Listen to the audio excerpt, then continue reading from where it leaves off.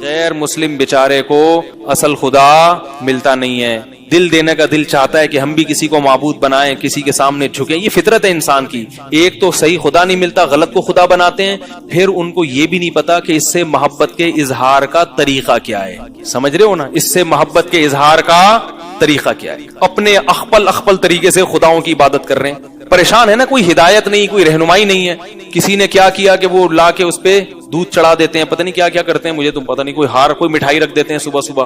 ہندو لوگ صبح گھر سے نکلنے سے پہلے اپنے بھگوان کے سامنے مٹھائی رکھتے ہیں. وہ سمجھتے ہیں اس سے بھگوان کیا ہو جائے گا, کیونکہ اب ان کے پاس کوئی طریقہ نہیں ہے, پتہ نہیں چل رہا. لیکن فطرت ہے انسان کی کہ معبود کو خوش کرنا ہے. کوئی جانور ذبح کر رہا ہے لا کے, کوئی کچھ کر رہا ہے, کوئی کچھ کر رہا ہے, کوئی پتہ نہیں کیا کیا کر, کوئی میلا کچھ ایلا بیٹھا ہوا ہے بھگوان کی خاطر, نہائے گا نہیں. کوئی سر منڈا کے گھوم رہا ہے.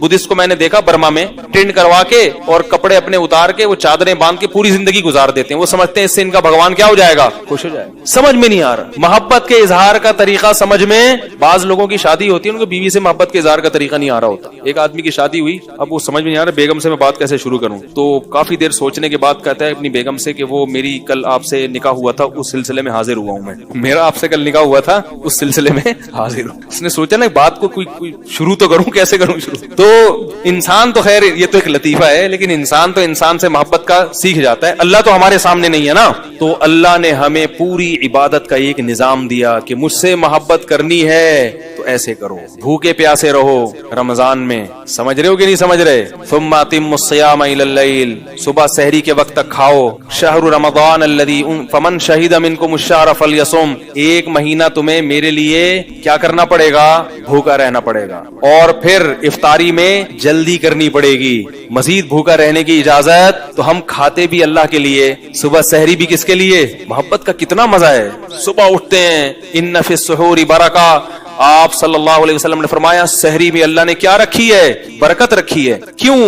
وہ وقت کھانے کا نہیں ہے, ہم صرف اللہ کو خوش کرنے کے لیے کھاتے ہیں, کیونکہ اللہ نے اس وقت کھانے کا, بولو بھائی, حکم دیا. کتنا مزہ آتا ہے سحری کھانے میں. رمضان کی بہار ہے, رمضان کی رونق ہے سحری. یہ سحری دنیا میں کسی قوم کے پاس نہیں ہے. پھر افطاری, پھر بھوکے پیاسے رہو. اتم الصیام الی اللیل, کیسی پیاس کیسی بھوک. شروع کے روزوں میں تو نہیں پتہ چلتا, رمضان کے آخری عشرے میں میری تو حالت پتلی ہونا ہوا تو بالکل ہی غائب ہونا شروع ہو جاتا. پہلے ہی گرتے ہیں تو ہڈی شروع ہو جاتی ہے, گوشت ہے ہی نہیں. باریک باریک سے ہیں ہم لوگ. 6 کلو گر گیا تھا پچھلی دفعہ رمضان میں وزن, اور 2 کلو بڑھا ہے. اب بھی اگر 6 کلو گر گیا تو اسی حساب سے اگر میں پھر تو میں مائنس میں چلا جاؤں گا. 2-4 ویٹ لٹکا کے آنا پڑے گا مسجد میں. تو آخری عشرے میں کیسی حالت پتلی ہونا شروع. پھر بھی چل رہے ہیں. اللہ کو یہی ادا پسند. ظہر کے بعد منہ پھیکا پھیکا, نہ چائے نہ گٹکا نہ پان نہ سگریٹ. انسان کو نا کچھ نہ منہ میں چلا جائے تو ذرا فریش ہو جاتا ہے, وہ کیسا پھیکا پھیکا پھیکا. اور پھر وہ افطار کے وقت تک اس کو کیا کر دی, بریک. پھر اللہ نے کہا اب انتظار کرو, جیسے ہی غروب آفتاب ہو جائے کھانے میں تاخیر مت کرو. تو یہ اللہ سے محبت کے اظہار کا وہ طریقہ ہے جو رب نے خود, دنیا کے کسی معبود نے, جو جھوٹے خدا ہیں, وہ اپنے آپ کو راضی کرنے کا طریقہ خود نہیں بتاتے.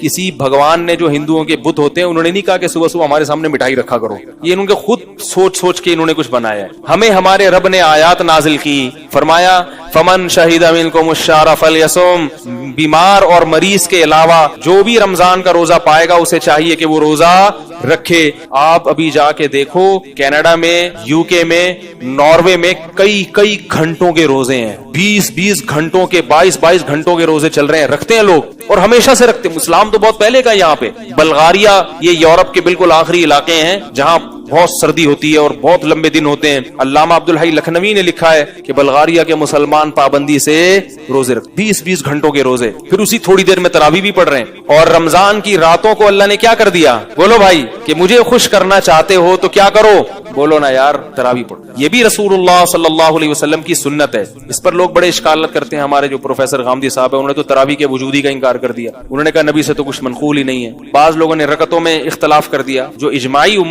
امت سے جو تراویح کا عدد چلا آ رہا ہے وہ 20 رکعتیں. اس پر میرا بیان ہے, وہ آپ سن لیں. یہ جو حدیث پیش کی جاتی ہے نا کہ رسول اللہ صلی اللہ علیہ وسلم 8 رکعتیں رمضان اور غیر رمضان میں پڑھتے تھے, صحیح بخاری کی حدیث, یہ تراویح کے بارے میں نہیں ہے, یہ تہجد کے بارے میں. سمجھ رہے ہیں؟ تو جو لوگ اس حدیث سے استدلال خیال کرتے ہیں ان سے میں ایک گزارش کروں گا کہ دیکھو نبی جو یہ 8 رکعتیں رمضان اور غیر رمضان میں پڑھتے تھے یہ جماعت سے، بولو نا بھائی، اس حدیث کو فالو کرنا ہے تو پھر آپ جماعت سے نماز، نفل نماز میں جماعت جائز نہیں ہے. اکا دکا لوگوں کی تو جماعت ہے، کبھی بھی نبی نے نفل میں اتنے لوگوں کو اکٹھا نہیں کیا ہے. نفل جو تہجد ہے نا وہ 2-4 صحابہ، اس سے زیادہ نہیں. تو اگر آپ نے اس حدیث کی بنیاد پر 8 رکعتوں کا قول لینا ہے تو پھر اس حدیث کو مکمل فالو کیا جائے. اس میں پھر کیا ہے کہ وہ تہجد تھی. تہجد کا وقت کب ہوتا ہے؟ رات کے آخری حصے میں. آپ کب پڑھتے ہیں؟ عشاء کے فوراً بعد. دوسری بات وہ انفرادی تھی. آپ کیسے پڑھتے ہیں؟ اجتماعی سطح پہ تداعی ہے، لوگوں کو بلایا جاتا ہے، باقاعدہ جماعت ہوتی ہے. تو اس سے پتہ چلتا ہے کہ یہ وہ والی نماز نہیں ہے جس کا بخاری میں. یہ جو نماز ہم پڑھتے ہیں اس میں نبی نے صرف 3 یا 5 دن پڑھی ہے، اور کتنی پڑھی ہے یہ ہمیں معلوم نہیں. نہ 8 کا پتہ نہ 20 کا پتہ، کچھ پتہ نہیں کتنی پڑھی ہیں. حضرت عمر کے عمل سے پتہ چلتا ہے کہ 20 پڑھی ہوں گی، کیونکہ حضرت عمر نے کتنے پر جمع کیا؟ 20 پر. اور حضرت عمر بدعتی، بولو بھائی، نہیں ہو سکتا. مختصر سی بات ہے، یہ کسی کی سمجھ میں نہ آئے تو کیا کریں ہم؟ پھر حضرت عمر بدعتی نہیں ہو سکتے. بعض لوگ کہتے ہیں حضرت عمر سے بھی 8 رکعتیں منقول ہیں. موطا امام مالک کی حدیث، موطا امام مالک کی حدیث ضعیف ہے اضطراب کی وجہ سے. لوگ کہتے ہیں موطا امام مالک میں تو حدیث ضعیف ہو نہیں سکتی. سند کے لحاظ سے نہیں ہو سکتی، متن کے لحاظ سے ہو سکتی ہے، کیونکہ موطا امام مالک ہی میں جس راوی نے 8 نقل کی اسی نے 20 بھی نقل کی ہیں. اور موطا امام مالک تو امام مالک کی کتاب ہے. امام مالک اگر اس حدیث کو صحیح سمجھتے 8 والی کو تو خود 8 کا فتویٰ دیتے. وہ خود 8 کا فتویٰ، وہ تو 36 رکعتوں کا فتویٰ دے رہے ہیں. پتہ چلا کہ وہ خود بھی اس حدیث کو، جب کتاب کا جو مؤلف ہے جو خود حدیث لا رہا ہے وہ خود اس پر عمل نہیں کر رہا. اور پھر صحابہ تابعین میں کوئی ایک بھی روایت ہمیں اس روایت کے علاوہ ایسی نہیں ملتی کہ انہوں نے 8 رکعتیں پڑھی ہوں. اس کا مطلب کوئی بھی اس حدیث کو، امام شافعی بھی اس حدیث کو نہیں مان رہے، امام مالک بھی نہیں مان رہے جو خود کتاب کے مؤلف، اور امام احمد ابن حنبل بھی نہیں مان رہے، امام ابو حنیفہ بھی نہیں مان رہے. یہ کیسے ہو سکتا ہے میرے بھائی کہ آپ حدیثوں کا وہ مفہوم بیان کرنا شروع کر دیں جو ان بڑے بڑے محدثین اور ائمہ میں سے کسی کی سمجھ میں بھی نہیں آیا. میرا جو بیان ہے 20 رکعت تراویح پر، آڈیو بیان ہے، وہ سنیں. اس میں نے 24 حدیثیں پیش کی ہیں صحابہ اور تابعین سے، اور ان کی سندوں پر بھی بحث کی ہے. بعض لوگ کہتے ہیں وہ ضعیف ہے، ان کی سندوں پر بھی بحث کی ہے. 24 حدیثوں سے ثابت کیا ہے کہ اصل عدد تراویح کا کتنا ہے؟ 20. اگر اس میں کمی بیشی ہوئی ہے، بعض روایتوں میں 16 رکعتیں بھی ہیں بعض تابعین، لیکن جمہور کتنے پڑھتے آئے تھے؟ 20. اسی وجہ سے بعد میں پوری امت کا اجماع کس پر ہو گیا؟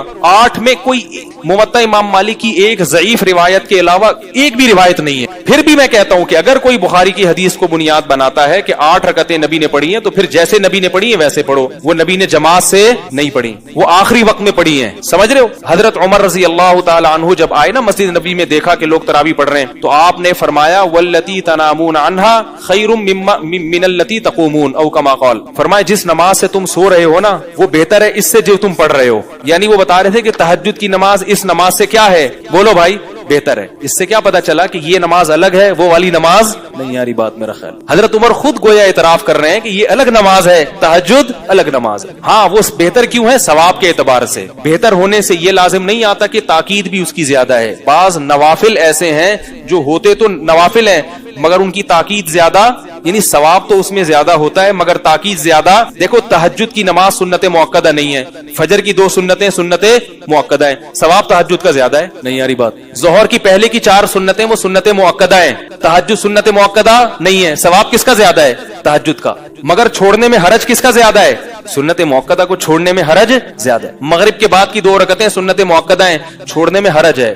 گناہ تو نہیں ہے لیکن قابل ملامت ہے ایسا شخص. تہجد چھوڑنے والا قابل ملامت نہیں ہے، لیکن ثواب کس کا زیادہ ہے؟ تہجد کا. تو حضرت عمر بتا رہے ہیں کہ تہجد میں ثواب کیا ہے؟ زیادہ ہے.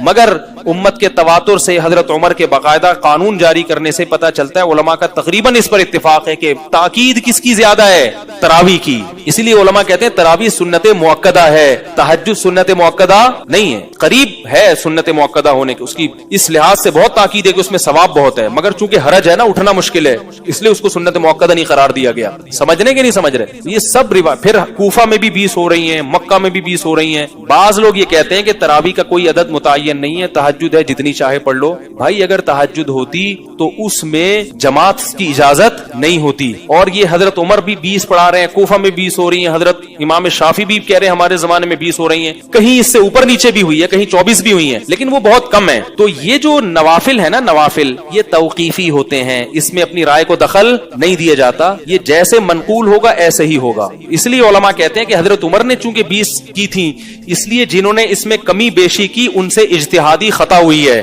کیونکہ نوافل میں اجتماع جائز نہیں ہے. اگر اجتماع ہو رہا ہے تو جن کیفیات پر اجتماع ہوا ہے, جن تعداد پر, جس عدد پر, اسی عدد پر قائم رہا جائے گا, اس میں کمی بیشی. یہ ایک مشہور ایتھیسٹ ہے, اس کا بیان آج کل یوٹیوب پہ وائرل ہو رہا ہے کہ بس یہی کچھ ہے دنیا, اس کے بعد ختم, کوئی حساب و کتاب نہیں ہے. لوگ یہ سمجھ رہے ہیں کہ کوئی نئی چیز لایا ہے وہ مارکیٹ میں. یہ بات بہت پہلے سے کہی جا رہی ہے. ان ہی الا حیاتنا الدنیا نموت ونحیا وما یہلکنا الا الدہر. کوئی نیا اعتراض نہیں ہے. جب بھی پیغمبروں نے لوگوں کو اللہ کی طرف بلایا تو جو ملحد لوگ تھے, ایتھیس لوگ تھے, خدا کے منکر تھے, ان سب کا ایک ہی جواب تھا, ان ہی الا حیاتنا الدنیا, کچھ بھی نہیں ہے, بس یہ دنیا کی زندگی ہے, اب مر جائیں گے, ختم ہو جائیں گے. اور ٹائم ہے جو ہمیں مار دیتا ہے. ہر چیز ٹائم سے ہوتی ہے. ایک ٹائم ہوتی ہے انسان کا, ایک عمر ہوتی ہے, اس کے بعد یہ نیچرل ہے مر جانا اور مر کے ختم ہو جانا. ہم پیغمبروں کی تعلیمات میں دیکھتے ہیں جب بھی کوئی قدرتی حادثہ دیکھتے تھے تو اللہ کی طرف رجوع کرتے تھے. گرمی میں ہمیں دعا مانگنے کا حکم ہے, اللہم اجرنا من النار, اے اللہ ہمیں آگ کی گرمی سے بچانا. تو جو ایتھیسٹ ہیں وہ یہی بات کہتے تھے, ہم مر جائیں گے, ختم ہو جائیں گے, کوئی دوبارہ حشر نہیں ہے, کوئی حساب و کتاب نہیں ہے. اللہ نے جواب دیکھیں کیا دیا عجیب, فرمایا ما لہم بذالک من علم.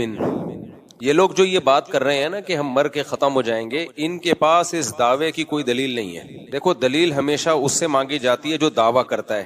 میں کئی بار مثالوں سے بات سمجھا چکا ہوں. میں نے شاکر بھائی کو 1 لاکھ روپے دیے, شاکر بھائی دیے یا نہیں دیے یہ تو ایک الگ بات ہے. میں نے کیس کیا کورٹ میں کہ میں نے بھائی شاکر بھائی کو 1 لاکھ روپے دیے. کورٹ نے دونوں کو بلا لیا. شاکر بھائی کہہ رہے ہیں میں نے تو نہیں لیے. اب کورٹ شاکر بھائی سے پوچھ رہی ہے تمہارے پاس کیا دلیل ہے کہ تم نے پیسے نہیں لیے, تمہارے پاس کیا دلیل ہے کہ تم نے پیسے نہیں لیے. تو یہ مطالبہ صحیح ہوگا کورٹ کی طرف سے. بھائی مجھ سے پوچھیں گے آپ کے پاس کیا دلیل ہے کہ آپ نے پیسے دیے ہیں. کسی کام کے ہونے کی دلیل ہوتی ہے, نہیں ہونے کی دلیل تھوڑی ہوتی ہے.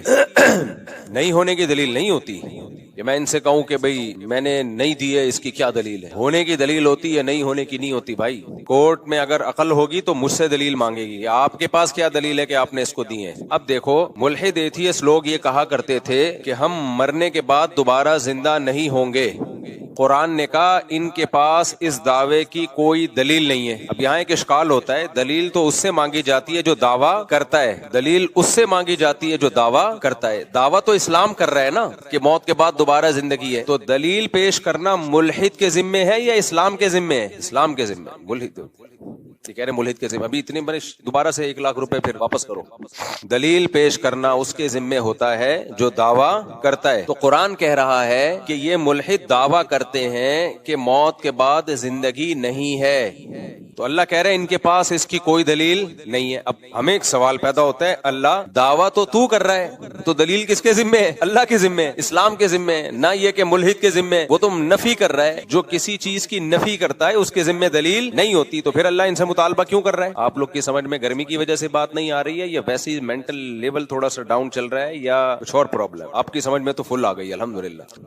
تو اس کا جواب یہ ہے, یہ بڑے خاندانی بات ہے, اللہ کرے یہ جواب کھوپڑی شریف میں آ جائے. اصل میں ملحد لوگ جب یہ دعویٰ کرتے ہیں نا کہ موت کے بعد زندگی نہیں ہے, تو یہ دعویٰ ایسے کرتے ہیں جیسے ان کے پاس اس کی دلیل ہو. بھائی دیکھو جو دعویٰ کرتا ہے دلیل اس کے ذمے ہوتی ہے, جو انکار کرتا ہے وہ کیا کرے گا؟ وہ اگر تھرڈ پارٹی ہے, میں مثال سے سمجھاتا ہوں پھر سمجھ میں آئے گا. میں نے کہا شاکر بھائی نے 1 لاکھ روپے مجھ سے لیے ہیں, شاکر بھائی نے کہا میں نے نہیں لیے. کورٹ میں کیس گیا, کورٹ نے کہا شاکر بھائی سے تمہارے پاس کیا دلیل ہے کہ نہیں لیے؟ شاکر بھائی کہیں گے جج صاحب آپ کیا ہو گیا ہے, آپ کو ان سے پوچھو کہ انہوں نے دیے کہ نہیں دیے, کیا دلیل ہے ان کے پاس. اب میں دلیل پیش کرنے سے عاجز, تو کورٹ یہ فیصلہ نہیں کرے گی کہ انہوں نے نہیں لیے. کورٹ کو کیا پتا، ہو سکتا ہے لیے ہوں، چھپ کے لیے ہوں. کورٹ کیس کو خارج کر دے گی. بات آ رہی ہے سمجھ میں؟ کورٹ کہے گی بھائی ہم عالم الغیب نہیں ہیں، ہمیں نہیں پتا آپ نے دیے یا نہیں دیے مفتی صاحب نے، لیکن چونکہ آپ کے پاس دلیل نہیں ہے تو دلیل کے بغیر کسی پہ دعویٰ ثابت نہیں ہوتا، لہذا ہم کیس کیا کر رہے ہیں، خارج. جب آپ کے پاس دلیل ملے آپ لے آنا. اگر کورٹ یہ ثابت کر دینا کہ انہوں نے نہیں لیے، اس کا مطلب ہے کہ یہ بری ہو گئے، اب میں کبھی بھی دعویٰ کر نہیں سکتا. کورٹ کیس خارج کر دے گی، بھائی آپ کے پاس کوئی دلیل نہیں ہے، لہذا اب ہم یہ فیصلہ نہیں کر سکتے کہ انہوں نے آپ سے پیسے لیے ہیں یا نہیں لیے. تو جو انکار کر رہا ہوتا ہے اس کے بات کو یہ نہیں کہا جاتا کہ یہ صحیح کہہ رہا ہے یا غلط کہہ رہا ہے، اس سے خاموشی اختیار کی جاتی ہے، بھائی ہمیں نہیں پتا. اگر کسی دلیل سے ثابت ہو گیا تو ہم مان لیں گے، نہیں ہوا تو ہمیں کیا پتا، بھائی آپس کا معاملہ ہے آپ کا. کھوپڑی شریف میں بات آ رہی ہے کہ نہیں آ رہی؟ تو ایتھیس اور ملحد اگر یہ کہتا ہمیں نہیں پتا بھائی ہم موت کے بعد زندہ ہوں گے یا نہیں ہوں گے، ہم نے مرنے کے بعد دیکھا نہیں ہے، کیا ہوگا واللہ عالم. We don't know what's going on، کیا ہو رہا ہے، کیا ہونے والا ہے،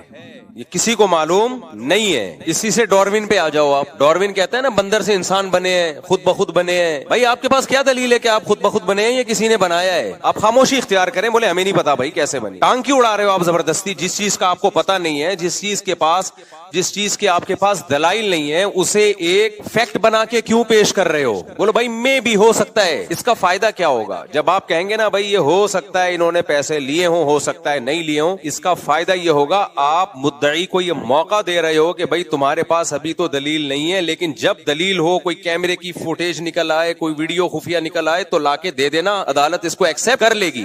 باقی عدالت کیس خارج کر کے ایکسپٹ کرنے کا چانس اس لیے ختم کرتی ہے کہ اس بار ٹائم نہیں ہے. یعنی جب کیس کرو اسی وقت دلیل لے کر آؤ، ورنہ اصل میں تو ٹائم قیامت تک ہی ہونا چاہیے. لیکن عدالت چونکہ انسان ہے، ان کے پاس کیس بہت ہوتے ہیں، تو وہ ہمیشہ کے لیے کیس کو خارج کر دیتے ہیں، ورنہ اصولی طور پر کیس کبھی ہمیشہ کے لیے خارج نہیں ہوتا. بھائی ابھی دلیل نہیں ہے، ہو سکتا ہے بعد میں گواہ مل جائے آپ کو، ہو سکتا ہے کوئی خفیہ کیمرے کی ویڈیو آ جائے جس سے پتا چل جائے کہ دیکھو فلاں ٹائم پہ یہ اس کو 1 لاکھ روپے دے رہے تھے. اب میں نے جب ان کو 1 لاکھ روپے دیے تو میں یہ سمجھ رہا ہوں میرے پاس کوئی گواہ نہیں ہے. بعد میں کوئی شخص آیا کیس خارج ہونے کے بعد، اس نے کہا مفتی صاحب آپ کو پتا نہیں ادھر ایک کیمرہ لگا ہوا تھا، وہ کیمرے میں نے ویڈیو نکال لی ہے. تو میں جج کے پاس پہنچ گیا، جج صاحب دیکھو یہ ثابت ہو گیا میں نے 1 لاکھ روپے دیے ہیں. تو جج کو ماننا پڑے گا میری بات، یہ نہیں ماننی پڑے گی؟ ماننی پڑے گی، کیونکہ جج یہ ثابت نہیں کر سکا ہے کہ انہوں نے نہیں لیے. جج نے صرف اتنی بات کہی ہے کہ بھائی ہو سکتا ہے لیے ہو سکتا ہے نہیں لیے ہوں، لیکن دعوے کے بغیر کسی کا دعویٰ، دلیل کے بغیر کسی کا دعویٰ قبول نہیں ہوتا.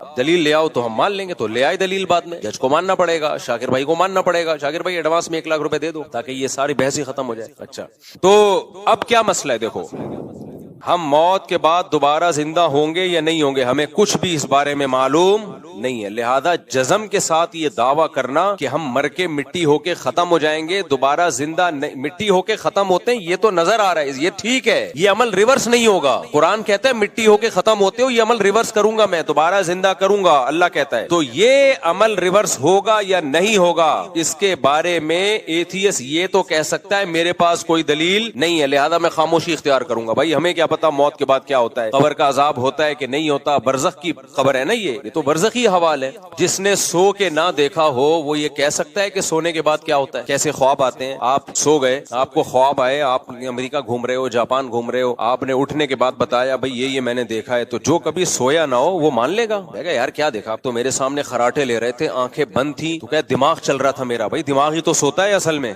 دماغ کیسے چل رہا تھا تیرا؟ سوتے میں خود تو چل سکتا ہے، دماغ کیسے؟ سونا نام ہی کس چیز کا ہے؟ دماغ کے سونے کا. تو آپ کیا کہو گے؟ بھائی تو جب تک سویا نہیں ہے، تجھے پتا نہیں ہے، تو کیسے دعویٰ کر رہا ہے کہ نہیں ہو سکتا؟ تو یہ کہ بھائی میری عقل سے بالاتر ہے، ہو سکتا ہے کچھ سوتے میں نظر آتا ہو سکتا ہے نظر نہ آتا ہو، واللہ عالم، ہمیں کیا معلوم. دلیل سے ثابت ہو جائے کہ نظر آتا ہے تو ہم مان لیں گے، دلیل سے ثابت ہو کہ نظر نہیں آتا تو ہم نہیں مانیں گے. اس لیے اللہ نے کہا کہ یہ لوگ جو کہتے ہیں نا کہ موت کے بعد زندگی نہیں ہے، یہ ایسے کہتے ہیں جیسے دلیل سے ثابت ہو چکا ہے. تو اللہ کہتے ہیں اگر ثابت ہو چکا ہے تو لاؤ نا دلیل. کہاں ہے دلیل تمہارے پاس؟ قیامت تک اس پہ دلیل نہیں قائم ہو سکتی. ہاں اب اسلام کہتا ہے جب تم دلیل سے ثابت نہیں کر سکتے تو آؤ ہم ثابت کرتے ہیں دلیل سے، ہم ثابت کرتے ہیں. وہ دلیل کیا ہے؟ دلیل کی 2 قسمیں ہوتی ہیں، ایک عقل اور ایک نقل. عقل کسے کہتے ہیں؟ مشاہدے سے آپ یا حواس خمسہ استعمال کر کے آپ کو پتا چل جائے کہ ایسا ہوا ہے. اور ایک دلیل ہوتی ہے نقل.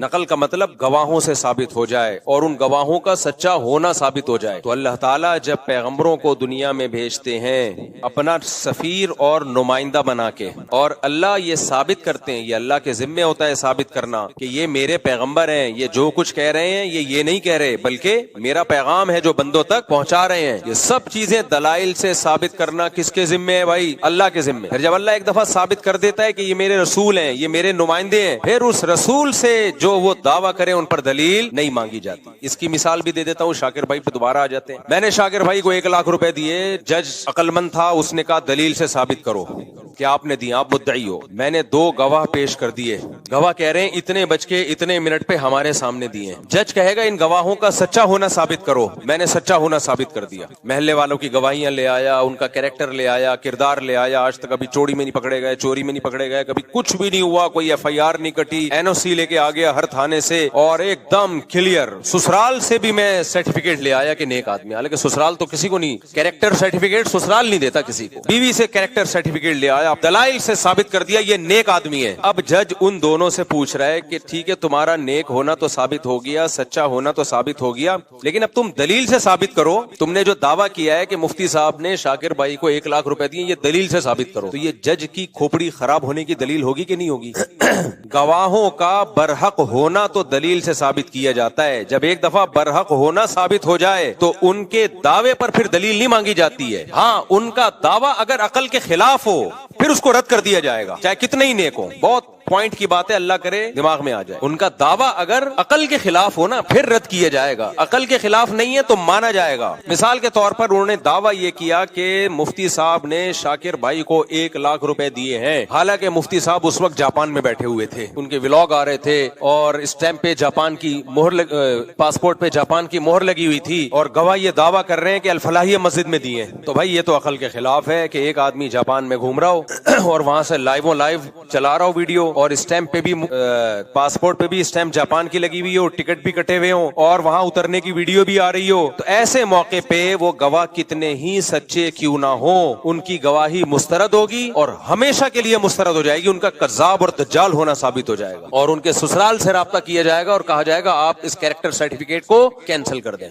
سمجھ, کیونکہ سب سے پہلے وہی کینسل کریں گے. تو اگر موت کے بعد کی زندگی اس کے نہ ہونے کی کوئی دلیل ہے اور نہ ہونے کی کوئی دلیل, عقل اس سے عاجز ہے. لیکن اگر اللہ کہہ دے کہ میں زندہ کروں گا, اللہ کہے, قسمیں اٹھا کے کہے کہ میں لازمی زندہ کروں گا, ایک جگہ نہیں کہہ رہا, بار بار تورات میں بھی, انجیل میں بھی, تمام آسمانی کتابوں میں. عیسائی یہودیوں سے ہمارا کتنا اختلاف ہے, ایک بات پہ سب مشترک ہیں. تمام پیغمبروں نے ایک بات کی دعوت دی, ان الساعۃ لآتیۃ لا ریب فیہا, قیامت لازمی آئے گی اور اللہ مردوں کو دوبارہ زندہ کرے گا. وانک تبعث من فی القبور, جو قبروں میں پڑے ہوئے ان کو اللہ زندہ کرے گا. یہ بات اگر اللہ کہہ دے جس نے کائنات کو بنایا ہے تو پھر تو مانا جائے گا کہ نہیں مانا جائے گا؟ پھر اللہ خود نہیں کہہ رہا, پیغمبروں کے ذریعے کہہ رہا ہے. اور پیغمبروں کا برحق ہونا, سچا ہونا دلیل سے نہیں, براہین قاطعہ, اتنے دلائل کے انبار لگا دے, اتنے انبار لگا دے ان کے سچے ہونے کا کہ اس کا انکار کرنا ممکن نہ ہو. محمد صلی اللہ علیہ وسلم کے سچے ہونے کی ایک دلیل نہیں ہے, دلائل کے انبار ہیں, اتنے دلائل ہیں. آپ جو کتاب لے کر آئے ایک حرف بھی اس میں تحریف نہیں ہوئی. اس کتاب کی تعلیمات پڑھو, نبی صلی اللہ علیہ وسلم کی اپنی سیرت, آپ کی تعلیمات, آپ کی موٹیویشن کتنی پاورفل.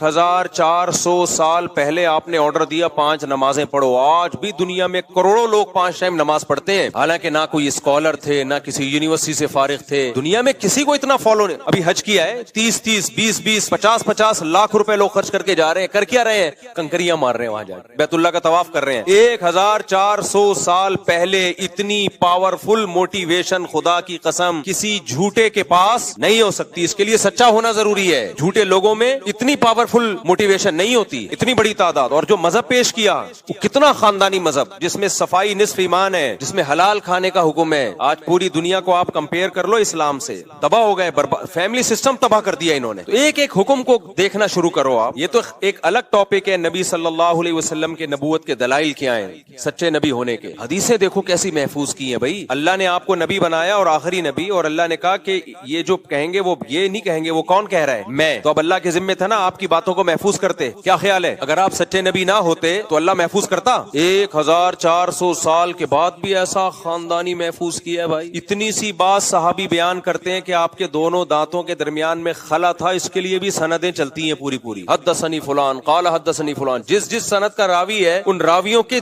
حالات زندگی کے محفوظ ہو گئے. تو یہ ممکن نہیں ہے بھائی. 1400 سال پہلے جیسے روزہ رکھا آج بھی مسلمان ویسے روزہ رکھتے ہیں. 1400 سال پہلے جس طریقے سے نماز پڑھی ہے وہ سارے طریقے محفوظ ہیں. رفع الیدین والی نماز بھی محفوظ, رفع الیدین نہ کرنے والی نماز بھی محفوظ, زور سے آمین والی بھی, آہستہ آمین. یہ جو امت میں اختلاف پیدا ہوا ہے نا, یہ صحابہ میں بھی تھا. وجہ کیا تھی؟ نبی سے دونوں طریقے ثابت تھے, تو صحابہ میں بھی یہ تھا. حج محفوظ, قربانی محفوظ, قربانی کے حکام محفوظ, طلاق نکاح کے حکام, وراثت کے حکام, خرید و فروخت کے حکام. بھائی اس کے لیے تو کوئی بہت بڑا اسکالر ہونا چاہیے جس نے کوئی ایسا سسٹم دیا ہو جو آکسفورڈ یونیورسٹی سے پڑھا ہوا ہو بھائی, یا کوئی بہت بڑی یونیورسٹی اس زمانے میں ہو. نا امی ایک ایسے معاشرے میں پیدا ہوئے, نحن قوم امیون, جو سب کے سب امی تھے, نظام دے کے چلے گئے بھائی. 1920 میں خلافت عثمانیہ کا خاتمہ ہوا ہے. بغداد کی خلافت, اندلس کی خلافت, بنو امیہ کی خلافت, مغل بادشاہوں کی حکومت,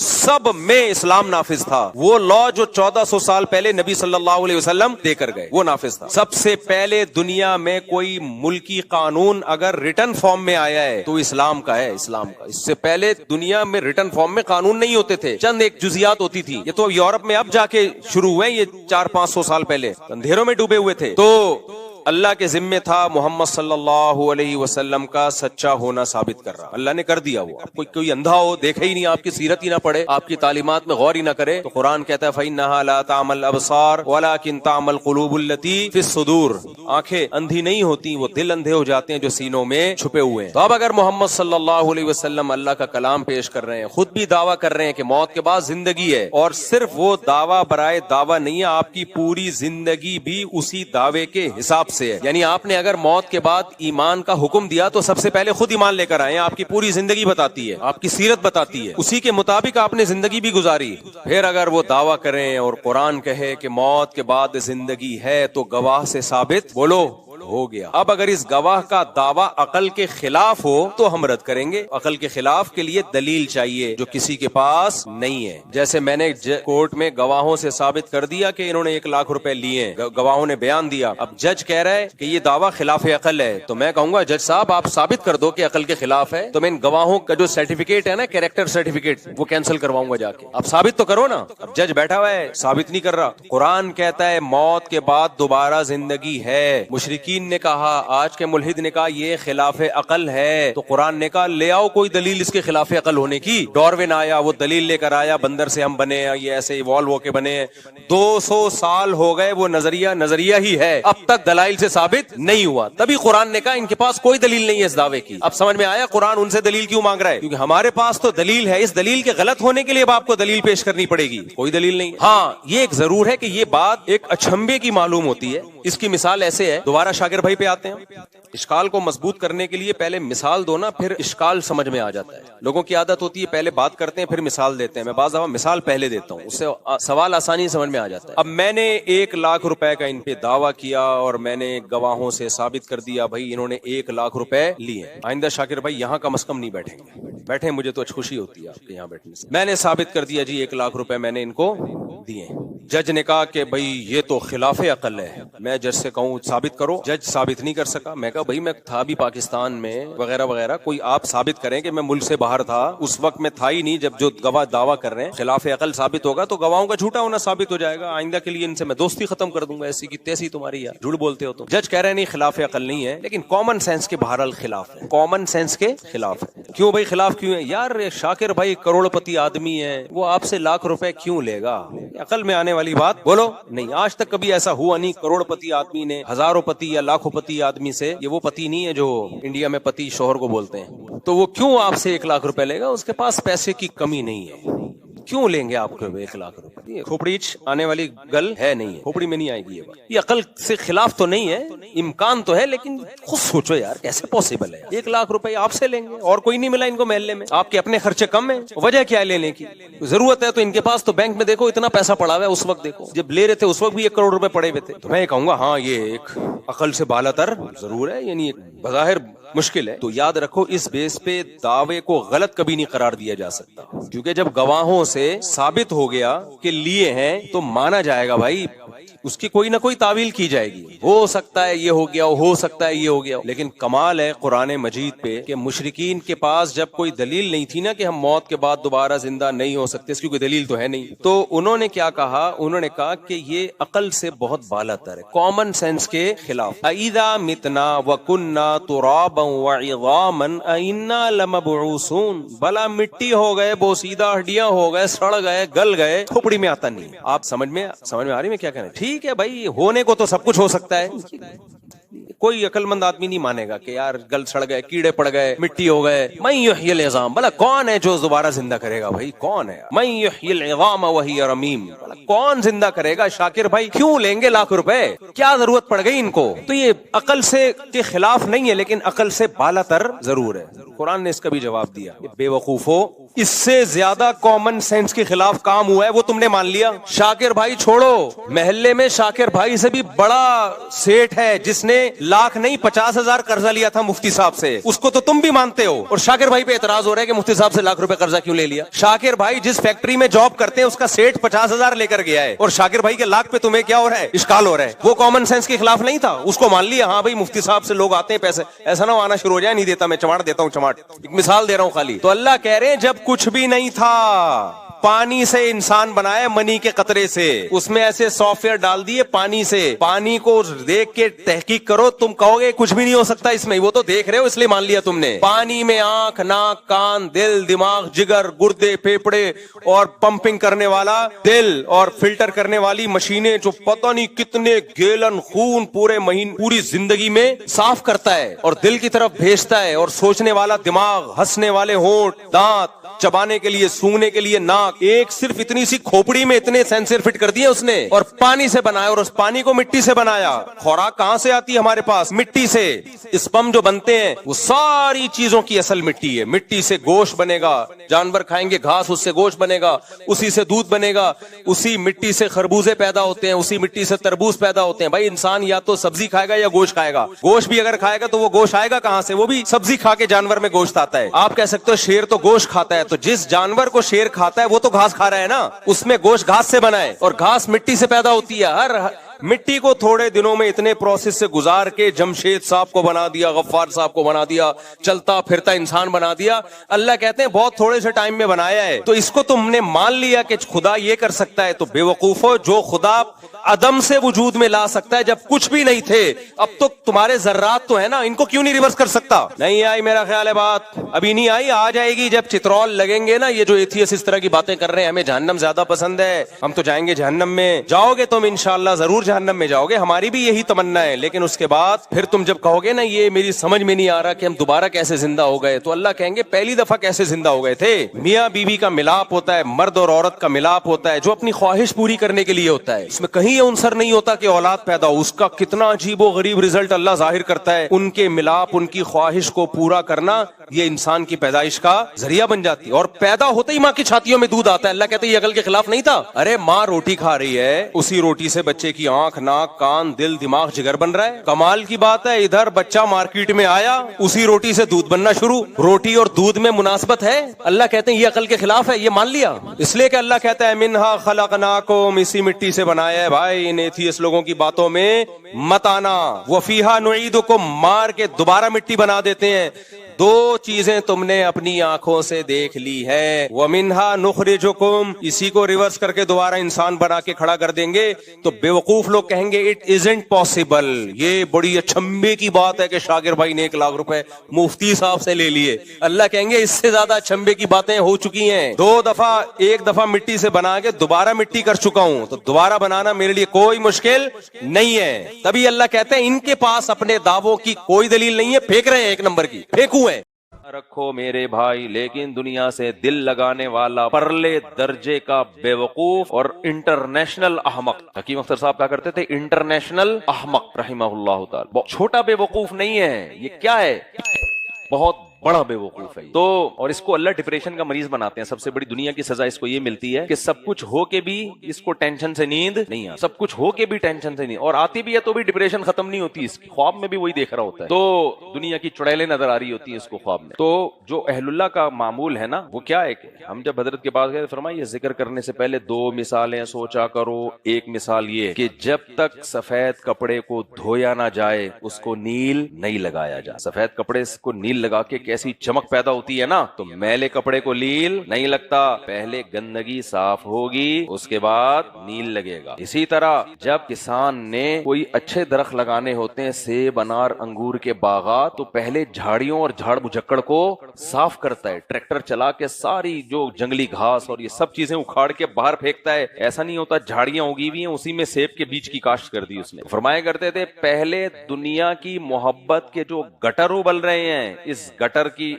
کو دل کو اس گٹر سے صاف کرو، پھر اللہ دل کے اندر داخل کرو. کھوپڑی شریف میں معزز لوگ بھی بیٹھے ہوئے، دماغ شریف میں بات آ رہی ہے کہ نہیں آ رہی؟ جب میں کھوپڑی بولوں تو سمجھ لیں جو معزز ہیں ان کے علاوہ کی کھوپڑی کی بات کر رہا ہوں میں. تو مسئلہ یہاں بھی یہی ہے جو میں بات لے کے چلا تھا. تو ہاں، تو وہ جو تھے نا کینسر کے پیشنٹ، وہ حکیم اختر صاحب نے جن کا بتا رہے تھے، بہت بڑے سیٹ تھے، بہت دولت دی اللہ نے. تو جب پیٹ بھی بھرا ہوا ہے، پیسہ بھی ہے، دنیا میں سب سے برے پھر کون لگتے ہیں؟ مولوی. جو نماز روزے کی بات یہ کرو یہ نہیں کرو، نماز پڑھنے آ جائے، پر کیا رکھا ہے نماز میں یار؟ دکان میں کتنا کچھ رکھا ہوا ہے. 2 گھنٹے ابھی دیکھو سرینا مارکیٹ بھری ہوئی ہے، تاجر کے پاس کھجانے کی فرصت. تراویح شرابی تو گئی، کچھ تاجر پھر بھی تھوڑا سا ان کو خیال ہوتا ہے 10 روزہ پڑھ کے چلو قرآن تو مکمل کر لیا انہوں نے، لیکن میجورٹی کو تو ہوش ہی نہیں ہے. رمضان کی آخری راتیں 2 طرح کی تجارت ہوتی ہے رمضان میں. ایک عید کی شاپنگ والی تجارت، ہر چیز کے ریٹ ڈبل ہوتے ہیں. تاجر کہتا ہے یہ آپشن میں ضائع نہیں کروں گا. مفتی صاحب ان رات 10 دنوں میں دکان بند نہیں ہو سکتی. پورے سال کی کمائی ایک طرف اور یہ عید کی راتوں کی کمائی ایک طرف، ریٹ ڈبل کر کے بھی پہن لیتا ہے. سمجھتے ہو اتنا پروفٹ ہے؟ تو میرے بھائی یہ آخرت کی تجارت کے لیے بھی تو یہ راتیں ہیں. رمضان اس میں ہر نیکی کا اجر کئی گنا بڑھ جاتا ہے. پھر رمضان کی راتوں میں اور آخری عشرے میں تلاوت، دعا، نماز، اس کا اجر کئی گنا بڑھ جاتا ہے. پھر طاق راتوں میں اور زیادہ بڑھ جاتا ہے. تو ہم نہیں کہہ رہے کہ آپ دکان بند کر کے بیٹھ جائیں، بیوی بچے بھی پال لیں آپ نے، لیکن میرے بھائی جہاں اس تجارت کو ٹائم دے رہے ہو، تھوڑا اس تجارت کو بھی ٹائم دو. یہاں بھی تو سیل لگی ہوئی ہے، سمجھتا نہیں ہے نا بات کو. جب نہیں پڑے گا رات کو تو نہیں سمجھے گا بات کو. تو یہاں بھی تو سیل لگی ہوئی اللہ کی طرف سے، تو اس کی طرف بھی تو جانے کی کوشش کرو میرے بھائی. تو وہ جو شیٹ صاحب تھے نا، اب پیٹ بھرا ہوا، بزنس چل رہا ہے، تو برے کون لگے ان کو؟ مولوی. نماز پڑھنے کا کہتے ہیں، بھائی نماز جاؤ تو پیسے ویسے تو ملتے نہیں ہیں، زکات دو، غریبوں کا خیال کرو. بھائی ہمیں پتہ ہے، ہمیں نصیحت کی ضرورت نہیں. اچھا، اس طرح کی چیزیں بہت برا بلا کہتے تھے ہر وقت. کچھ لوگوں کو ایسا بھی ہوتا ہے کہ کچھ بچپن میں کچھ غلط ہو جاتا ہے ان کے ساتھ نا، اللہ معاف فرمائے، 2 نمبر مولوی، تو پھر ساری زندگی مولویوں کے وہی برا کہتے رہتے. ادھر ایک انگلش لینگویج ٹیچر آتے تھے، جب وہ آتے نا تو ان کے جو اسٹوڈنٹس تھے انہوں نے خود مجھے بتایا، کہتے ہیں آتے ہی بیٹھتے ہی ذرا سی بات پہ مولوی ایسے، مولویوں نے یوں کر دیا. کہہ رہے پہلے دن تو ہم نے سنا کہ شاید ایسے ہی ہوتے ہوں گے مولوی. پھر جب دوسرے دن کلاس لینے کے لیے آئے، تھوڑا سا پڑھایا اور پھر مولوی ایسے. پھر کہتے ہیں تیسرے دن آئے، پھر پڑھایا، کوئی ذرا سی بات یہ مولوی ایسے. تو پھر ایک لڑکا تھا وہ بولا، وہ مجھے خود بتا رہا ہے کہ میں نے کہا سر وہ ایکچولی اصل میں بچپن میں نا کچھ ہو گیا، کچھ واقعات ہو جاتے ہیں تو پھر انسان کے دل میں ظاہر ہے نفرت بیٹھ جاتی ہے. تو آپ کا قصور نہیں ہے سر، اگر کچھ ایسا ہو گیا تھا بچپن میں کسی، سمجھ رہے ہیں نا آپ میں کیا بولوں. تو ظاہر ہے اب آپ کے ساتھ تو ہوا ہے ایسا، تو اب ظاہر ہے آپ کو تو زندگی بھر، لیکن سر ہمارے ساتھ اس طرح کا نہیں ہوا ہے. ٹھیک ہے نا؟ تو کائنڈلی آپ کس کو فوکس کریں؟ کلاس کو فوکس کریں. تو جو آدمی ہر وقت بول رہا ہو نا مولوی ایسے، فرق بھی نہ کر رہا ہو، سارے مولوی ایسے، یہ بولا کرو بھائی اس بیچارے کا قصور نہیں ہے، بچپن میں واقعات ہو جاتے ہیں لوگوں کے ساتھ، تو ظاہر ہے وہ تو اس کو تو نفرت ہوگی نا. تو وہ کیا کرتے تھے ہر وقت. تو نتیجہ کیا نکلا؟ اچھا دیکھو اللہ کی قدرت کہ ان کو پیٹ کا کینسر ہو گیا. پیٹ کا کینسر ہوا نا ڈاکٹروں نے، وہ اتنا خطرناک کینسر کہ ڈاکٹروں نے کہا کہ اب آپ کے بچنے کا کوئی چانس نہیں. یہ بڑا خطرناک مرحلہ ہوتا ہے کہ ڈاکٹر پہلے سے بتا دے کہ آپ 6 مہینے بعد مر جائیں. جائیں گے. موت تو چلتے چلتے بھی ہو جاتی ہے, یہ والی موت بڑی ڈینجرس, جس میں آپ کو پتا ہے کہ ڈاکٹر نے بھی کہہ دیا ہے اور سرٹیفائڈ ڈاکٹرز نے کہہ دیا ہے اور رپورٹیں بھی آپ کے سامنے کہ بھئی یہ ٹھیک ہونے والا نہیں ہے. اب وہ کمزور ہونا شروع, ٹینشن بھی, ڈپریشن بھی, صحت بھی خراب, کچھ کھا رہے ہیں تو کھایا نہیں جا رہا, ہضم نہیں ہو رہا, ظاہر ہے آنتیں گل رہی ہیں. تو جب تکبر ٹوٹا ہے نا, پھر جتنے مولویوں کی غیبتیں کی, جتنوں کو داڑھی رکھی سب سے پہلے انہوں نے, توبہ استغفار کی انہوں نے, جتنے مولاناؤں کی غیبتیں کی, سب کو بلا بلا کے معافی مانگی اور کہا کہ خدا کی قسم یہ دنیا دل لگانے کی جگہ نہیں ہے. کچھ پتہ نہیں اللہ کی نظر 2 منٹ کے لیے ہٹے اور انسان کو اس کی اوقات اس کے سامنے آ جائے. نمازیں بھی شروع کر دی, تو اچھی موت دنیا سے مر گئے بیچارے وہ, اللہ ان کی مغفرت کرے, لیکن دماغ سیٹ ہو گیا. یہ بھی خوش قسمت تھے کہ اللہ کی طرف سے ایک آزمائش آئی اور اللہ نے توبہ کی توفیق دے دی, ورنہ جو بدبخت ہے نا اس حالت میں بھی توبہ نہیں کرتے, وہ اس حالت میں بھی توبہ نہیں کرتے. تو اللہ تعالیٰ نے سورہ واقعہ میں انسان کی اسی بات کا نقشہ کھینچا ہے کہ تمہاری اوقات کیا ہے بھائی. اذا بلغت الحلقوم, جب تمہاری روح حلق تک پہنچتی ہے اور تمہارے ریلیٹو انتم حینئذ تنظرون, کھڑے ہوئے سب دیکھ رہے ہوتے ہیں کہ ہمارا یہ جگری یار, ہمارا یہ باپ, ہماری یہ ماں, ہماری میری یہ بیوی, میرا یہ شوہر, میرا یہ بیٹا, میری یہ بیٹی, میرا یہ بھائی, میری یہ بہن, یہ اب دنیا سے جانے والے. تو کتنی تمنا ہوتی ہے. اللہ کہتے ہیں وَنَحْنُ أَقْرَبُ إِلَيْهِ مِنْكُمْ, اس وقت تم اس کے جتنے قریب ہوتے ہو ہم اس سے بھی زیادہ ہوتے ہیں, لیکن لا تبصرون, تم یہ منظر نہیں دیکھ رہے ہوتے. فَلَوْلَا إِن كُنتُمْ غَيْرَ مَدِينِينَ, اب بتاؤ اگر تم اتنے ہی فنٹر ہو, تم یہ سمجھتے ہو میرے اوپر کوئی بادشاہ نہیں ہے, میں خود پیدا ہوا ہوں اور خود دنیا سے جاتا ہوں, میں طاقتیں میرے پاس ہیں, ترجعونها ان کنتم صادقین, تو پھر اس کو زندہ کر کے دکھاؤ نا تم اگر تم سچے ہو. یہ مقصد بتانے کا یہ ہے کہ نہ اپنی مرضی سے پیدا ہوتا ہے میرے بھائی,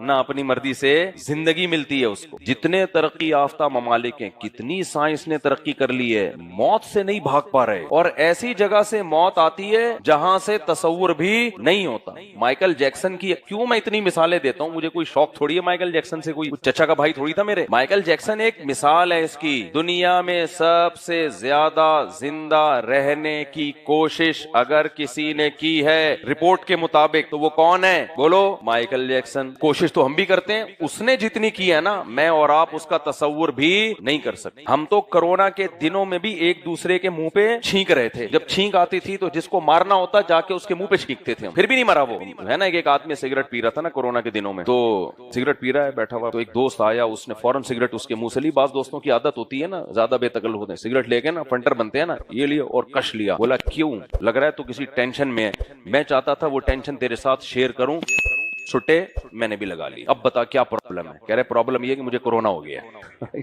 چھٹے اس کے اندر. تو چاہتے تو ہم سب زندہ رہنا ہے, اتنی محنت نہیں کرتے جتنی کس نے کی تھی بولو؟ مائیکل جیکسن نے کی تھی. اور ہم تو چھینک رہے ہوتے ہیں, مائیکل جیکسن ہاتھ بھی ملاتا تھا گلوز پہن کے, کوئی جرثومہ کسی کے ہاتھ سے میرے ہاتھ پہ ٹرانسفر نہ ہو جائے. ہمیشہ ماسک میں گھومنے والا, ڈاکٹروں کی پوری ٹیم اس کے ساتھ 24 گھنٹے رہتی تھی. ڈاکٹروں پر پابندی تھی کہ یہ مرے, یعنی اگر یہ مر گیا اس سے سوال بعد میں ہوگا, ڈاکٹروں سے سوال, یعنی فرشتے پہلے ڈاکٹروں سے پوچھیں گے یہ مرا کیوں. حساب کتاب تو ہم بعد میں لیں گے, لیکن کمبختو تمہیں ہر مہینے اتنے پیسے دے رہا تھا, تم مرو پھر دیکھو تمہارا کیا ہوتا ہے. تم سے حساب لیا جائے گا کہ تم نے کروڑوں روپے اس سے کس بات کے لیے. گردے تک زندہ لوگوں کے جو کڈنی ہے نا جو اس سے میچ کرتے تھے, ان سب کی سودے بازی ہوئی تھی کہ مائیکل جیکسن کا کڈنی خراب ہوا تو غفار بھائی دیں گے اس کا کڈنی, پہلے سے طے ہے. اس کا مائیکل جیکسن اس کو منتھلی پیسے دے رہا ہے اور وہ رسک لے رہا ہے کہ یار جوا ہے نا ایک طرح کا, جیسے انشورنس میں ہوتا ہے. بھائی آپ کو کوئی شخص کہے کہ میرے گردے خراب ہو گئے نا تو آپ نے دینے, آپ دو گے؟ آپ بولو گے نہیں بھائی. لیکن اگر ہر مہینے آپ کے پیسے باندھ دیے جائیں تو بھی آپ کہو گے نہیں. بہت زیادہ پیسہ باندھ دیں گے تو آپ یہ رسک لوگے یار, ضروری تھوڑی ہے اس کے گردے خراب ہوں. ہر وقت ڈاکٹروں کی ٹیم اس کے گردے عام طور پہ شوگر سے یا بلڈ پریشر سے خراب ہوتے ہیں. ابے اس کا بلڈ پریشر کہاں سے اوپر جائے گا, یہ تو بڑی ہائیجینک غذائیں کھاتا ہے, صحت کو مینٹین رکھتا ہے. تو پھر آدمی رسک لے لیتا ہے کہ یار امید ہے خراب نہیں ہوں گے, ہر مہینے کروڑوں روپے فری پھوکٹ کے آ جائیں گے. اس طرح گردے اور مختلف باڈی کے پارٹس اور ڈاکٹروں کی ٹیم اور جرثومہ لیس, جراثیم لیس زندگی, اور پھر ایسا اس کا پروگرام ہونے والا تھا, کروڑوں کے ٹکٹ بک گئے. کتنے دن سے ہل رہا ہوگا کہ اس دفعہ کوئی ایسا ٹھمکا دکھاؤ جو اب سے پہلے کبھی نہیں دکھایا. وہ پرانے ٹھمکے دیکھ دیکھ کے لوگ بور ہو گئے. وہ چیز مارکیٹ میں لاؤ جو اب تک مارکیٹ میں کسی نے, ڈانس بھی ایسا لایا نا کہتے ہیں جو مارکیٹ میں تھا ہی نہیں, تو ایسا لے کر آؤ کہ پہلے میری مارکیٹ میں بھی وہ نہیں تھا. ایسی عزت اور اتنے ٹکٹ بکے. رات کو سویا ہے ایئر کنڈیشن ماحول میں, میں جراثیم وراسیم کو سب ڈاکٹروں نے مار مار کے نا ذبح کیا جراثیموں کو اپنے ہاتھوں سے. کوئی پکڑا بھی گیا نا بھائی جراثیم کو گھسنے کی قطعاً اجازت نہیں ہے. ساری بلڈ پریشر 24 گھنٹے چیک ہوتے تھے. ہم لوگ غریب لوگوں کی طرح نہیں ہے کہ 4-8-9 سال میں ایک دفعہ بی پی چیک کیا, وہ بھی جب کہ دماغ کی رگ پھٹنے کا یقین ہو گیا کہ کچھ ہو رہا ہے مجھے. ہمارے یہاں تو بی پی جب چیک کرتے ہیں کیا خیال آ گیا, کیا ہو گیا بھائی ہم لوگ کا بی پی 40 ہے, نیچے کا 40 چیک کیا ہے. ابے میں نے کہا 40 میں تو مر جاؤ گے, انڈے کھا رہے ہیں بوائل کر کے. 40 تھا, 40 میں کوئی ہوتا ہے کسی کا نیچے کا بی پی. میں نے کہا بھائی ہمارے یہاں لاشیں نہیں اٹھائیں گے بھائی, تم لوگ جاؤ یہاں سے, نکلو, ہمارے اوپر کیس بن جائے گا, نکلو یہاں سے. انڈے ونڈے کھلا کے میں نے کہا دہو یہاں سے, بھاگو, چلو کیس بن جائے گا یار. اتنے جنازے مفتی صاحب کے گھر سے اٹھے, پتا چلا جی وہ مشین ہی خراب تھی. 2 مشینیں ہوں گی جیسے چیک کیا ہو. یہ تو ہمارے ہاں ہیلتھ کا حال ہے. انڈے منڈے کتنے کھلا, صحیح مشین سے چیک کریں تو بی پی ہائی ہونے کی وجہ سے مر جائیں وہ. تو کس قدر صحت کا خیال, کس قدر صحت کا خیال مائیکل جیکسن نے. لیکن سویا ہے, صبح پولیس بھی گئی اٹھانے کے لیے تو نہیں. پوری کوشش کر لی کہ بھئی آرمی کس سے, ہماری پولیس کو بھیجتے اس کا باپ بھی اٹھتا. ہماری پولیس کو بھیجتے نا اس کا باپ بھی اٹھتا. غلطی ہوئی امریکہ سے. تو اللہ نے دکھا دیا 50 سال کی عمر تو جوانی کی ہوتی ہے. اتنی عزت, اتنی شہرت, اتنی دولت, سکسیس, کامیابی جس کے اس نے خواب دیکھے تھے, وہ کامیابی اس کے قدم چوم رہی تھی. لیکن جب لائف کو حقیقی معنی میں انجوائے کرنے کا وقت آیا, پوری جوانی میں جو اسٹرگل کی, محنت کی, اس کو کیش کرانے کا وقت آیا, موت بڑی ظالم چیز ہے. قرآن میں ایک نہیں درجنوں جگہ پہ اللہ کہتا ہے اذا جاء اجلہم, جب ان کا ٹائم آ جائے گا نا ایسی کی تیسی. اللہ کہتے ہیں لا یستاخرون ساعتا ولا یستقدمون, گھنٹے منٹ نہیں, 1 سیکنڈ کے کروڑویں حصے بھی آگے پیچھے ہو کے دکھائیں گے. اسی میں دم میں تو ہو کے دکھا دے, مار دوں گا اس کو میں, کچھ بھی کر لے, وہ وجہ کچھ بھی بن جائے ماروں گا میں. اب دنیا بڑی ہیلتھ سے وہ خوش تھی نا کہ یورپ میں لوگوں کی عمریں لمبی ہو گئی تھی, 80-80 سال. ہیلتھ کے خیال کیا لوگوں نے. تو اب کیا ہوا کہ مر ہی نہیں رہے تھے لوگ. یورپ میں, امریکہ میں لوگوں کی ہیلتھ, انہوں نے بہت میڈیکل سائنس میں ترقی کی. ہماری طرح نہیں ہے, ہمارے یہاں تو 60 سال کے بعد ایکسپائر ہے. ایسی حالت ہوتی ہے, آدمی کہتا ہے کہ یار کیا بیچارے کی حالت بن گئی. لڈو کھا رہا ہوتا ہے اس عمر میں بھی. یعنی بہت ہی ہم لوگ کا حالت تو خراب ہے نا. یورپ میں بہت انہوں نے کیئر, اس کی وجہ سے کیا لوگوں نے مرنا چھوڑ دیا. اللہ ایک کرونا کی لہر لائے, کروڑوں کو مار دیا اس کرونا نے. ہزاروں کو نہیں مارا, پتا ہے کرونا نے کروڑوں کو مارا ہے کرونا نے. میں گیا تھا نا جب اٹلی, تو وہاں میں نے بہت بوڑھے دیکھے. انہوں نے کہا مفتی صاحب جب آپ آئے ہو نا تو بہت کم بوڑھے ہیں یہ, کیونکہ یہاں اتنے بوڑھے ہو گئے تھے. کرونا کی ایک لہر چلی ہے, جھاڑو کی طرح سب کو اس نے کیا کر دیا, صاف. جبکہ انہوں نے وہ احتیاطیں بھی, بے احتیاطیاں بھی نہیں کی جو ہم نے کی. اگر وہ بے احتیاطیاں کرتے آدھے ملک خالی ہو جاتے. ایسے کرونا کی لہر چلی ہے. کس قدر SOPs پر عمل کرایا, کیا, کرنا چاہیے ان احتیاطوں پہ عمل, لیکن ایسی لہر آئی ہے اٹھا کے پٹخ دیا اس نے. قبرستان بھر گئے, جگہ نہیں ملتی تھی. قبرستانوں کی جو ہے نا, قبروں کی قیمتیں اتنی کہ جلانا شروع کیا. بھائی اتنی ہمارے پاس جگہ نہیں ہے. یہ وہ لوگ, اور سب سے پہلے ڈاکٹر مرے ہیں اس میں, سب سے پہلے ڈاکٹر. کس طرح لڑو گے بھائی اس خدا سے جس نے ہمیں پیدا کیا ہے؟ نہیں ہو سکتا کچھ بھی. حضرت موسیٰ علیہ السلام کا ایک واقعہ ہے نا, انہوں نے پوچھا اللہ سے, مستند واقعہ نہیں ہے, میرے علم میں نہیں ہے, کسی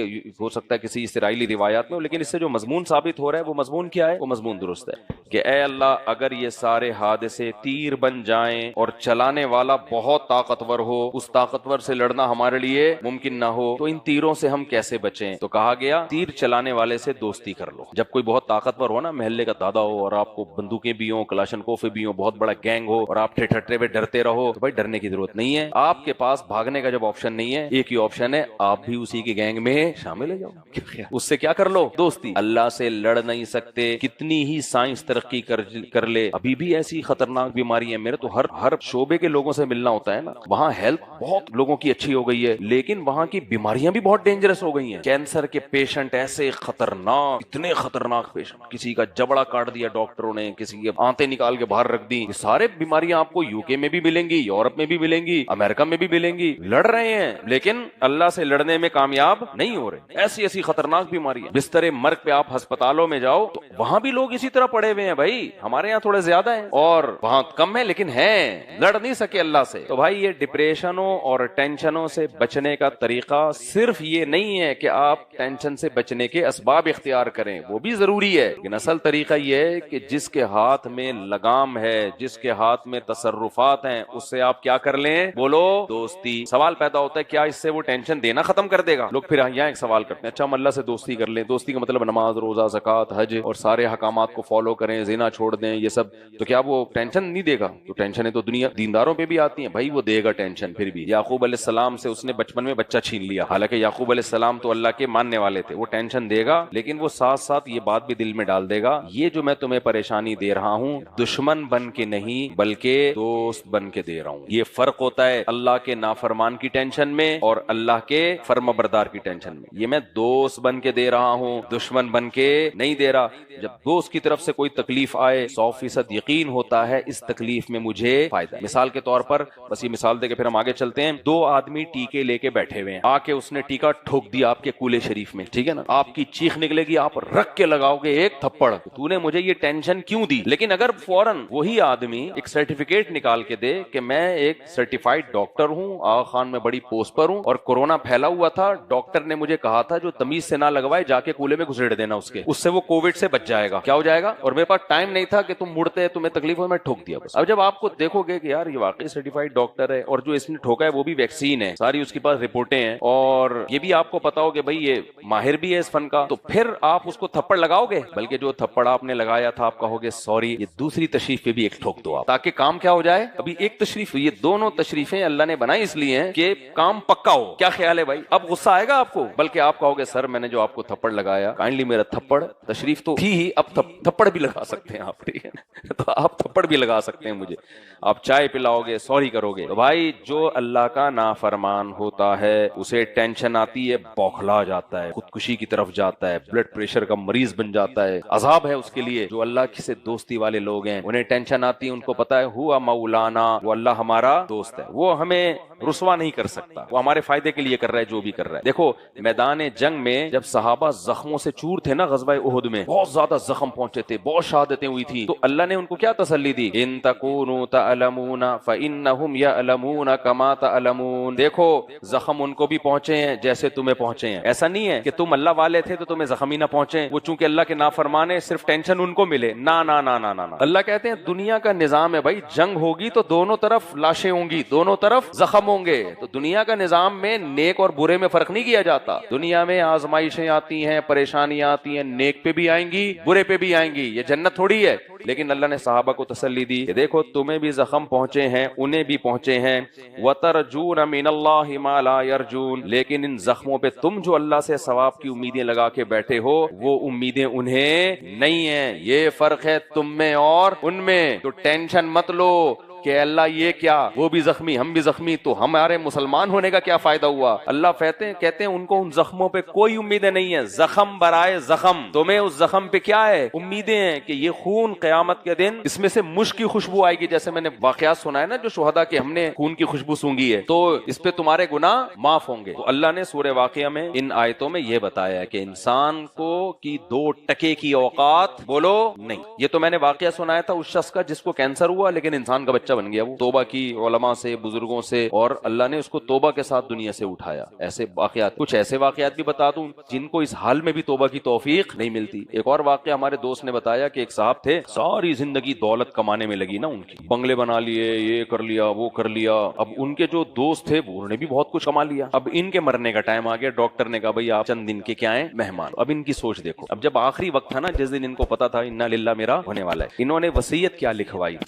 وصیت کیا لکھو؟ وصیت میں کسی لوگوں کا خیال ہوگا اب لکھوا رہے دیکھو میرے ذمہ حج رہ گیا تھا، حج بدل کرا دینا، ٹھیک ہے نا، میری جو ہے وہ اماں کے لیے کنواں وہاں پہ کھدوا دینا، میں نے اپنے ماں باپ کی کوئی خدمت نہیں کی ہے تو چلو کچھ غریبوں کو کھانا کھلا دینا میرے ماں باپ کے ثواب کی نیت سے، شاید اس بہانے کچھ ہو جائے، دیکھو میرے بچوں کو تھوڑا نماز روزے کی ترغیب دے دینا، یا میری وراثت کو شریعت کے مطابق تقسیم کر دینا۔ لوگوں کا یہ خیال۔ وصیت کیا کر رہے ہیں صاحب؟ کہہ رہے ہیں بھائی جان میرا جو پیسہ ہے نا فوری طور پر ڈیفنس میں ایک بہت بڑا بنگلہ خریدو اور جتنا جلدی ہو سکے نا اس بنگلے میں مجھے ٹرانسفر کرو، میں چاہتا ہوں میرا جب جنازہ اٹھے تو بہت بڑے بنگلے سے اٹھے۔ آگے الفاظ سنیے، کہہ رہے ہیں یہ ٹکے ٹکے کے تاجر جو میرے ساتھ کے تھے، ٹھیک ہے نا، یہ ٹکے ٹکے کے تاجر جو میرے دوست تھے ٹکے ٹکے کے، ان کے ہزار گز کے بنگلوں کے مالک ہیں، تو میں ان کو ان کی اوقات یاد دلانا چاہتا ہوں۔ نہیں آئی میرا خیال ہے بات، یہ ٹکے کا لفظ بڑا پرانا اور بڑا مشہور لفظ. کہہ رہے میں چاہ رہا ہوں میرا جنازہ جب یہاں سے اٹھے گا نا, ایک نارمل گھر ہے, تو وہ جو ٹکے ٹکے کے میرے ساتھ بنٹے کھیلنے والے, لٹو کھیلنے والے, میں جانتا ہوں ان کو, 2 ٹکے کے تھے نہیں, آج کروڑوں کے مالک ہیں, کروڑوں کے مالک ہیں. تو میں ان کو بتانا چاہتا ہوں کہ ہم بھی کم, ہاں, تاکہ وہ ٹکے ٹکے کے لوگ ہیں نا, ان کو ان کی اوقات سمجھ میں آئے. ابے تو اوقات یاد دلا کے کیا تیر مار دے گا یار, تو چھوڑ اس کو, ابھی تو جا رہا ہے قبر میں, آخری منزل کی طرف جا رہا ہے. وہ ٹکے ٹکے کے لوگ پھر بھی تجھ پہ نہیں خوش, وہ کہیں گے تو کھرب پتی تھا یا تو کھرب پتی سے بھی زیادہ بڑا مالدار تھا. جب جنازے کے پھٹے پہ لیٹ گیا نا, تو ہم تجھ سے پھر بھی کیا ہے, کیا خیال ہے. جو سیٹ جنازے کے پھٹے پہ لیٹا ہوا ہوتا ہے, کوئی رکشہ والا اس پہ رش کرتا ہے, یار عظیم انسان ہے یار, کوئی بات نہیں, پھٹے پہ لیٹا ہوا ہے تو عظیم انسان نا, ٹماٹر والا تو نہیں ہے نا. اگر وہ رش کر رہا ہو نا, تو وہ پھٹے سے اٹھ کے بولے گا تو لیٹ جا, مجھے ٹماٹر کی ریڑھی دے دے. کیا خیال ہے, یہی کہے گا نا کہ ٹھیک ہے پھر تو لیٹ جا, مجھے ٹماٹر کی ریڑھی دے دے. اگر وہ اٹھ کے کہے تو کہے گا نہیں تو وہیں لیٹا رہے, میں ٹماٹر پہ کیا ہوں, خوش ہوں. تو اس لیے میرے بھائی, دنیا 2, یہ لفظ یاد رکھ لو, یہ کیا ہے, 2 ٹکے کی ہے. تو اللہ نے سورہ واقعہ میں یہی منظر کھینچا ہے بھائی, تھوڑے دنوں میں پھٹے پہ لیٹنے والے ہو تو اتنے فنٹر بننے کی کوشش نہ کیا کرو. جس نے پیدا کیا ہے طاقتور وہی ہے, تو اپنے آپ کو ابھی سے اس کے حوالے کر دو. آگے ہم چلتے ہیں جلدی, بس اس کو, میرا آج آگے بھی کہیں بیان ہے, ڈیفنس میں جانا ہے فوری طور پہ. ڈیفنس والوں کو انسان کا بچہ بنانا بہت زیادہ ضروری ہے, کیونکہ ان کے پاس پیسہ زیادہ ہے, ان کے بگڑنے کے چانسز زیادہ ہیں. جب پیٹ بھرا ہوا ہو اور پیسہ بھی ہو اور گٹر کے ڈھکن بھی لگے ہوئے ہوں, تو پھر شراب کباب کی طرف انسان جاتا ہے, پھر لڑکیوں سے دوستیاں, اور پھر بڑے مسائل ہوتے ہیں مالدار. میں نہیں کہہ رہا وہ ایسے ہیں, وہ پھر ویسا نہ وہ ناراض ہو جائیں, لیکن مالدار علاقوں کے مسائل غریبوں سے بہت زیادہ ہیں. غریب کے پتہ ہی گھریلو مسئلے کیا ہوتے ہیں, ہم تو ہر طرح کے لوگوں سے نمٹتے ہیں نا. غریب کے مسئلے کیا ہوں گے, مفتی صاحب میری وائف میری والدہ کی خدمت نہیں کرتی, اس دن میری امی نے بولا تھا چائے بناؤ, وہ سوتی رہ گئی. یہ غریبوں کے مسئلے ہیں, اس پہ بڑی ٹینشن لے رہا ہوتا ہے. امیروں کے یہ نہیں ہے کہ میری اماں نے چائے کا بولا اس نے بنائی نہیں, اماں بولتی نہیں ہے چائے کا, وہ بٹن دباتی ہے, نوکر چائے لے کے آ جاتا ہے. وہاں یہ مسئلے نہیں ہے, ساس کی خدمت اور سسر کی خدمت, وہ کہتے ہیں کیا اچھے چورے مسئلے ہیں یار, نیچ.